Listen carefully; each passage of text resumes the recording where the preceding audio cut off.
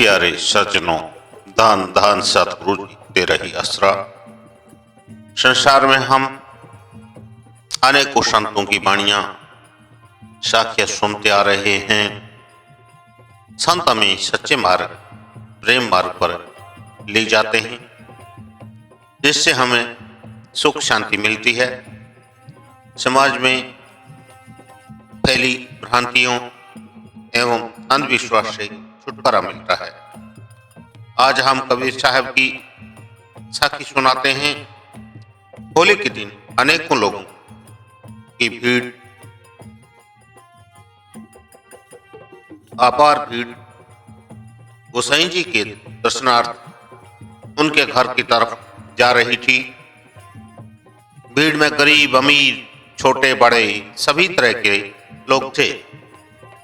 जब भीड़ राजा के घर इकट्ठी हो गई, तब गोसाई जी के बाहर आने पर सभी लोग जोर जोर से उनके जयकारे लगाने लगे। जब गोसाई जी के जयकारे लग रहे थे, तब भीड़ में से एक युवक बाहर आया और चीख चीख कर जोर से चिल्ला रहा था कि अरे भाइयों जरा सुनो, अरे भाइयों जरा सुनो। भीड़ में अचानक सन्नाटा छा गया। गोसाई जी भी हक्के बक्के रह गए।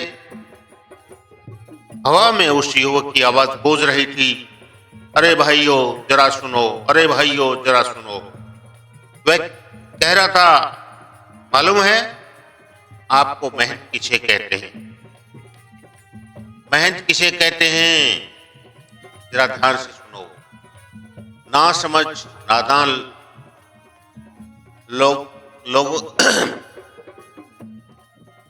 लोगों की अक्ल मारी गई है।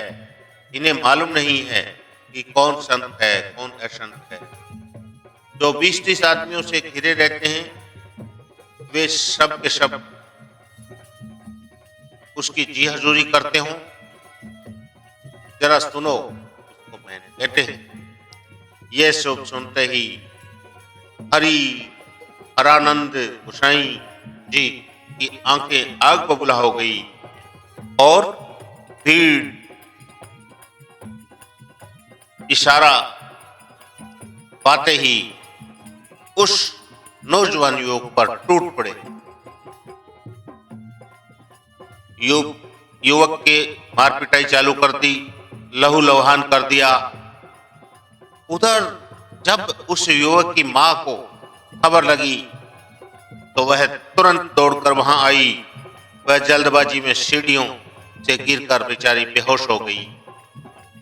कुछ समय बाद अपने प्यारे लाल के हालचाल लिए बिना ही वह इस संसार से चल बसी। उस युवक ने गजब की होली खेली। उस नौजवान युवक का नाम क्या था मालूम है? जरा सोचिए। वह युवक था कबीर साहब ने सांसारिक पढ़ाई बिल्कुल नहीं पढ़ी, परंतु प्रेम और प्रीत वाली आंतरिक पढ़ाई में माहिर थे। पोथी पढ़ पढ़ जगमुआ पंडित भया ने कोई, ढाई आकर प्रेम को पढ़े सो पंडित होए। पोथी पढ़कर मर जाना तो पंडितों के हाथ में था, परंतु प्रेम का नहीं।